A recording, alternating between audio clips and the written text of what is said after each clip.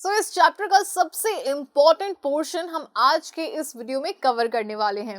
Hello everyone, this is me Ayushi and I welcome you to Scoreshala.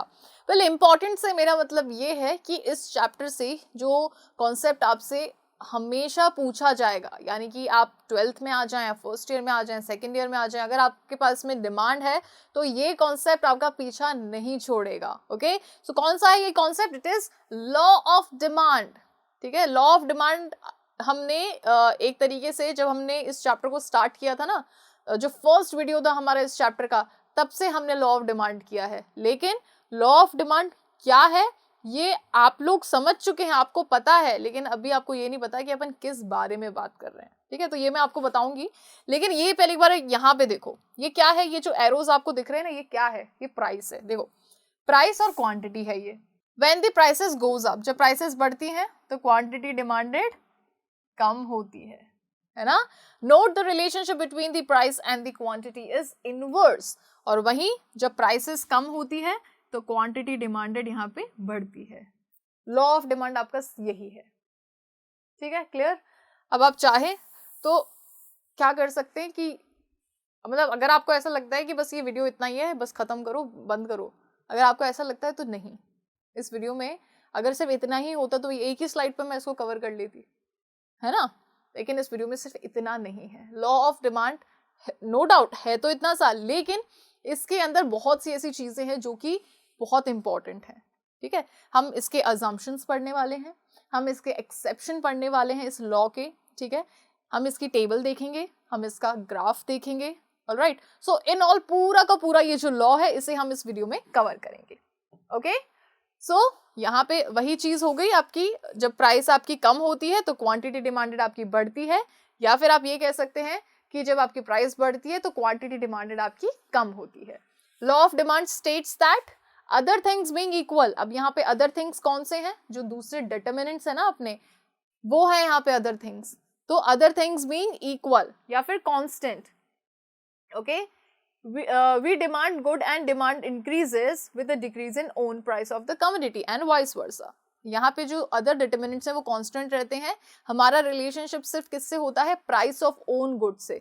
जो price किसी भी good की बढ़ती है या कम होती है तो उस अकॉर्डिंग डिमांड किस तरीके से रिएक्ट करती है, this is known as law of demand. Clear? Okay, ये देखिए आपके सामने ये टेबल है। जब प्राइस 10 रुपीज थी, आप कितनी यूनिट्स यहाँ पे परचेज कर रहे थे? 100। प्राइस कम हो गई तो यहाँ पे आप कितनी यूनिट्स परचेज कर रहे हैं? 150। प्राइस और कम हो गई 1 यूनिट तो यहाँ पे आप कितनी यूनिट परचेज कर रहे हैं? 200। ठीक है, सो यहाँ पे आपने क्या देखा? Inverse relationship between price of a commodity and quantity demanded. So in another words, there is an inverse relationship between quantity demanded of a commodity and its price, other things remaining constant। यहाँ पे जो दूसरी चीजें हैं वो क्या रहेंगी? constant रहेंगी। क्लियर? यहाँ पे other things being equal का क्या मतलब है? ये बार बार हम चीज बोल रहे हैं ना, other things being equal, other things being equal, क्या है इसका मतलब? ये है कि जितने भी other determinants हैं, है ना, डिमांड के, है ना, उसको उसकी प्राइस को छोड़ करके जितने और डिटर्मिनेंट्स हैं, price of related goods, income और आपका टेस्ट एंड प्रेफरेंस, एक्सपेक्टेशंस, सो ये सारी चीजें क्या रहेंगी? कांस्टेंट रहेंगी। हम सिर्फ रिलेशनशिप के अंदर उस पर्टिकुलर कमोडिटी की प्राइस से और उस कमोडिटी की जो डिमांड है, इन दोनों के बीच का रिलेशन देखते हैं। ठीक है, अब देखो यहाँ पे आपका जो डिमांड कर्व है वो डाउनवर्ड होता है। जब आपकी प्राइस ज्यादा होती है तो क्वांटिटी डिमांडेड आपकी कम होती है, जैसे ही आपकी प्राइस कम हो जाती है तो क्वांटिटी डिमांडेड यहाँ पे बढ़ जाती है, एंड वाइस वर्सा। ठीक है, एक्स एक्सिस पे क्वांटिटी है, वाई एक्सिस पे आपकी प्राइस है।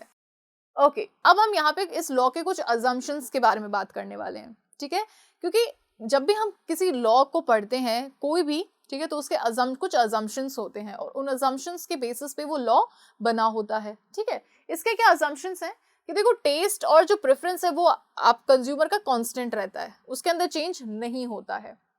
इनकम में चेंज नहीं होता, बायर की कांस्टेंट रहती है। रिलेटेड गुड्स की प्राइस में चेंज नहीं होता है, और consumer do not expect any significant change in the availability of the commodity in the near future. मतलब जो कंज्यूमर, उसके कोई एक्सपेक्टेशंस नहीं है कि भाई नियर फ्यूचर में इसकी अवेलेबिलिटी है कि नहीं है, तो इन ऑल ये सारे क्या हो जाते हैं, ये सारे डिटरमिनेंट्स हैं, ठीक है, ये सारे क्या हैं, डिटरमिनेंट्स हैं, जो कि क्या है, जो कि कांस्टेंट हैं। क्लियर? अब यहाँ पे एक क्वेश्चन क्रिएट होता है कि आपका जो डिमांड कर्व है, भाई वो अजम्पशंस थे, खत्म हो गए। यहाँ पे क्वेश्चन क्रिएट होता है कि आपका जो ये डिमांड कर्व होता है, ये डाउनवर्ड स्लोपिंग क्यों होता है? ठीक है, ये देखो इतना बड़ा क्वेश्चन मार्क जो ये है ना, ये भैया एकदम ऐसे सोच विचार में खड़े हैं कि क्यों होता है ऐसा। तो हमने इस बारे में बात करी है ना पहले कि क्यों होता है, क्यों होता है, इनवर्स रिलेशनशिप की वजह से होता है। किसके बीच में? प्राइस, जो कमोडिटी उसकी प्राइस और क्वांटिटी डिमांडेड के बीच में। So downward slope of demand curve indicates that more is purchased in response to fall in price. यानी कि अगर आपकी कमोडिटी की प्राइस कम होती है तो आप ज्यादा अमाउंट परचेज कर सकते हो। This may be explained in terms of the following factors. अब इसको आप और अच्छे से समझा सकते हो, ठीक है, कैसे? सबसे पहला है हमारा law of diminishing marginal utility. ये एक अलग लॉ है, law of diminishing marginal utility. अच्छा, ये जो लॉ है ये अपने आप में एक बहुत बड़ा लॉ है और इसके बेसिस पे न जाने कितनी चीजें हमें पढ़नी है आगे आने वाले चैप्टर्स में। लेकिन अभी सिर्फ law of diminishing marginal utility को हमें सिर्फ डिमांड के पर्सपेक्टिव से समझना है, ठीक है। इस लॉ के अकॉर्डिंग क्या होता है, जैसे जैसे कंजम्पशन बढ़ता है कमोडिटी का, है ना, हम कंज्यूम करते हैं, वैसे वैसे क्या होता है, मार्जिनल यूटिलिटी डिराइव होती है ना, हर सक्सेसिव यूनिट से। और जो ये मार्जिनल यूटिलिटी डिराइव होती है धीरे धीरे कम होने लगती है। नहीं आया समझ में? वापस समझाती हूँ। देखो क्या होता है इस लॉ के अकॉर्डिंग कि आपने पहले क्या किया, एक मैंगो खाया, 2 मैंगो खाए, 3 मैंगो खाए, तो क्या हो रहा है कि जब आपने एक मैंगो खाया तो आपको बहुत ज्यादा सेटिस्फैक्शन मिल रहा है, ठीक है, आपका मैंगो आपका फेवरेट फ्रूट है। जब आपने दूसरा मैंगो खाया तो क्या हुआ कि आपको सेटिस्फैक्शन मिल रहा है लेकिन थोड़ा सा कम। थर्ड मैंगो खाया तो और मतलब सेटिस्फैक्शन तो मिल रहा है लेकिन आपका जो हर एक मैंगो बढ़ते हुए आपका जो एडिशनल सेटिस्फैक्शन है वो कम होता जा रहा है ना। इसको अपन देखो, यूटिलिटी मतलब होता है सेटिस्फैक्शन, मार्जिनल यूटिलिटी मतलब एक और जो, जैसे आप एडिशन कर रहे हो मैंगोज में, तो इन अ वे आप ये कहोगे कि आप हर सक्सेसिव यूनिट पे, मतलब हर एक यूनिट पे आपकी मार्जिनल यूटिलिटी कम होने लगती है। Okay, for every additional unit to be purchased, हर एक एडिशनल यूनिट परचेज करने के लिए consumer is willing to pay less and less price. Consumer क्या चाहेगा कि जैसे, क्योंकि अब वो भाई पहला मैंगो उसे खाना था तो उसके लिए वो 100 रुपए देने के लिए तैयार था। दूसरा मैंगो उसे खाना था तो उसने कहा कि यार 100 रुपए तो नहीं दूंगा, ऐसा कर तो 70 रुपए में खरीद लेता हूँ। तीसरा मैंगो उसे खाना था तो उसने बोला कि 50 रुपए से 1 रुपए कम नहीं करूंगा। चौथा मैंगो उसने 30 रुपीज में मतलब उसने बोला कि सिर्फ 30 रुपीज में खरीदूंगा मैं, ठीक है। तो मतलब हर एक एडिशनल यूनिट के लिए वो कम से कम कीमत देना चाहेगा, ओके, क्योंकि उसका मन अब भरता जा रहा है उस मैंगो से, ठीक है। सो एक तो ये रीजन हो गया। दूसरा हो गया इनकम इफेक्ट। इनकम इफेक्ट क्या होता है ये अपन को पता है कि हमारी इनकम बढ़ती है या घटती है, उसका जो इफेक्ट है वो किस पे जाता है, हमारी जो क्वांटिटी डिमांडेड होती है उस पे। So it refers to effect of quantity demanded when real income of buyer changes. जो बायर है उसकी जब रियल इनकम चेंज होती है तब उसकी क्वांटिटी डिमांडेड भी चेंज होती है, ये अपन अभी तक पढ़ते आ रहे हैं, है ना, owing to change in the price of the commodity. तो ये अभी तक अपन पढ़ते आ रहे हैं, ये और कुछ नहीं, ये इनकम इफेक्ट होता है। सब्स्टिट्यूशन इफेक्ट भी आपने पढ़ा है, सब्स्टिट्यूशन गुड्स आपने पढ़े ना, वही होता है substitution effect. It refers to substitution of one commodity for the another. एक की जगह पे आप दूसरा यूज कर रहे हो, क्योंकि पहला वाला जो है वो महंगा हो गया और दूसरा वाला सस्ता है, तो महंगा आप अपन अफोर्ड नहीं कर सकते तो अपन दूसरे पे स्विच कर रहे हैं, इसी को अपन सब्स्टिट्यूशन कहते हैं। When own price of commodity X falls, जब X कमोडिटी की प्राइस गिर जाती है तो क्या होता है, वो सस्ता हो जाता है, ठीक है। कमोडिटी Y से अगर अपन कंपेयर करें तो इसका मतलब क्या है, X is substituting for Y। तो जो लोग Y को यूज करते थे वो अब किसको यूज करने लग जाएंगे, वो X यूज करने लग जाएंगे क्योंकि X कमोडिटी सस्ती है। तो हम यहाँ पे ये कहेंगे कि X is substituted for Y। Clear? ये होता है आपका इनकम इफेक्ट, ये होता है आपका सब्स्टिट्यूशन इफेक्ट। ओके, अब अपन आगे देखते हैं। दोनों ही चीजें अपन समझ चुके हैं। सब्स्टिट्यूशन इफेक्ट कब अकर होता है, जब कंज्यूमर किससे रिएक्ट करता है, जब उसके कमोडिटी की प्राइस इंक्रीज हो जाती है और वो दूसरी कमोडिटी पे स्विच कर जाता है, ठीक है, consuming less of that good and more of another. तो जिस कमोडिटी की प्राइस बढ़ जाती है उसकी तो वो कम यूनिट्स यूज करता है, कंज्यूम करता है, और जो सस्ती होती है उसकी यूनिट्स वो ज्यादा कंज्यूम करता है। इनकम इफेक्ट में क्या होता है, जब पर्सन की इनकम चेंज होती है, ठीक है, तो उसका कंजम्पशन भी उसी अकॉर्डिंग चेंज होता है, गुड्स का या सर्विसेज का, ठीक है, and it is the result of change in real income. Alright, फिर आता है हमारा another factor which is size of consumer group, ठीक है, कंज्यूमर ग्रुप यहाँ पे इन अ वे किसके बारे में बात कर ली, पॉपुलेशन की यहाँ पे बात कर ली है। So when price of a commodity falls, जब किसी भी कमोडिटी की प्राइस गिरती है तो बहुत से बायर्स उसको मतलब अफोर्ड करने लग जाते हैं। भाई पहले क्या हो रहा था कि 50 रुपीज kg मैंगो को मैं अफोर्ड नहीं कर पा रही थी क्योंकि मेरे पास में नहीं थे। जैसे ही मैंगो की प्राइस 30 रुपीज kg हो गई, अब मैं इसको अफोर्ड कर पा रही हूँ, ठीक है। तो जैसे ही प्राइस कम हुई तो वैसे ही बायर्स ज्यादा हो गए, है ना, और जैसे ही बायर्स ज्यादा हो गए तो वैसे ही क्या हो गया, उन मैंगोज के लिए डिमांड एक्सपेंड हो गई, ठीक है। डिफरेंट यूजेस, अब देखो जैसे दूध है, ठीक है, तो दूध बहुत अलग अलग उसमें प्रोडक्ट्स के लिए यूज में लिया जाता है, चाय बनाने के लिए यूज लिया जाता है, दूध से दही बनता है, चीज बनती है, ठीक है, बिस्किट्स में यूज आता है। तो एक पर्टिकुलर गुड के इतने सारे यूजेस हैं, तो जब एक पर्टिकुलर गुड के इतने सारे यूजेस हैं तो उसकी डिमांड भी ज्यादा होगी, राइट। सो अ गुड में हैव सेवरल यूजेस, एक कोई भी गुड के अलग अलग यूज हो सकते हैं, जैसे कि मिल्क फॉर एग्जाम्पल, कर्ड बनाने में यूज होता है, चीज बनाने में, बटर बनाने में यूज लिया जाता है, ठीक है। अगर मिल्क की प्राइस कम हो गई, it will put different uses, तो उसको अलग अलग यूजेस में डाला जाएगा, ठीक है। इसका मतलब क्या है कि मिल्क की जो डिमांड है वो बढ़ जाएगी, ओके। अब यहाँ पे इस लॉ ऑफ डिमांड के हम कुछ यहाँ पे ना एक्सेप्शंस पढ़ने वाले हैं, जिसके अंदर देखो इस एक्सेप्शन के अकॉर्डिंग क्या होता है कि वैसे तो law of demand downward sloping होता है, लेकिन इन एक्सेप्शंस के अंदर जो डिमांड कर्व है वो हमारा अपवर्ड होता है। ध्यान रखना, एक बार वापस से रिपीट करती हूँ कि लॉ ऑफ डिमांड के अकॉर्डिंग हमारा डिमांड कर्व डाउनवर्ड स्लोपिंग होता है, लेकिन जब हम बात करते हैं एक्सेप्शन की तो उस टाइम पे हमारा जो डिमांड कर्व होता है वो अपवर्ड होता है, ठीक है। क्या है ये एक्सेप्शंस, यानी कि अच्छा अपवर्ड होने का मतलब क्या है कि कम प्राइस पे हम कम क्वांटिटी खरीद रहे हैं, ज्यादा प्राइस पे हम ज्यादा क्वांटिटी खरीद रहे हैं, ठीक है, ये एक्सेप्शन है। सो कुछ ऐसी कमोडिटीज होती हैं जिनकी डिमांड बढ़ती है जब उनकी प्राइस भी बढ़ती है, और उनकी डिमांड कम होती है जब उनकी प्राइस कम होती है, ठीक है। जैसे बहुत से ऐसे लोग आपने अपनी सोसाइटीज वगैरह में देखे होंगे ना जो शो ऑफ करते हैं, ठीक है। जितना महंगा डायमंड रिंग होगी, जितनी महंगी डायमंड रिंग होगी उतनी ज्यादा उसकी प्राइस होगी और उतना ही ज्यादा वो आंटी शो ऑफ करेंगी। जितनी महंगी गाड़ी होगी, है ना, उतनी ही ज्यादा उसकी डिमांड होगी और उतना ही लोग उसे क्या करेंगे, शो ऑफ करेंगे, right. So there are some commodities, okay.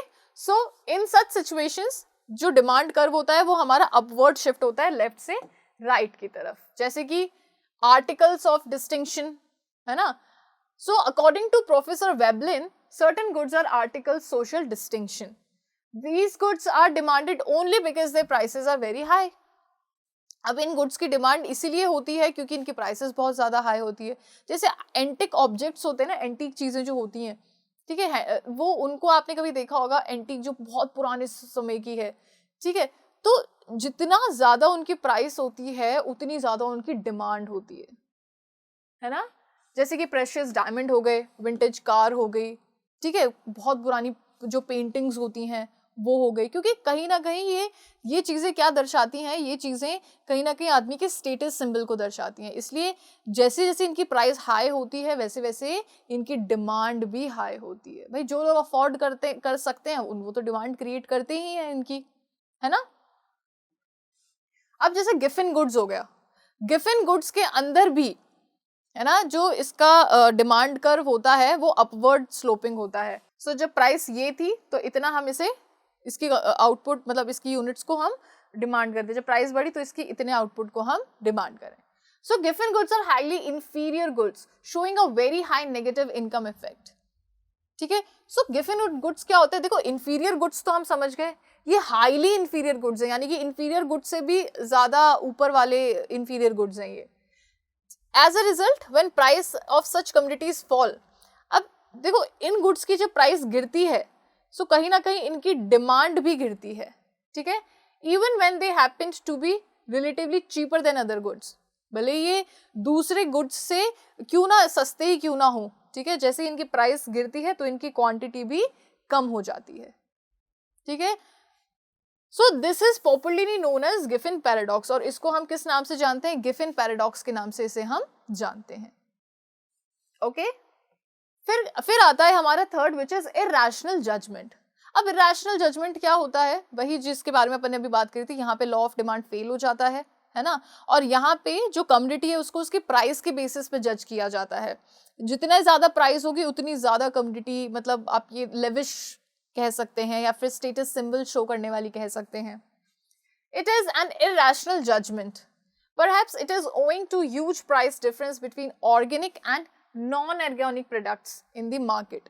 अब मार्केट में ना जैसे ऑर्गेनिक प्रोडक्ट्स जो होते हैं, ऑर्गेनिक आजकल तो स्किन केयर प्रोडक्ट्स इतने आते हैं, बालों के लिए आते हैं, खाने के लिए ऑर्गेनिक चीज़ें आ रही हैं, तो ऑर्गेनिक बोल के वो ज़्यादा महंगा बेच रहे हैं।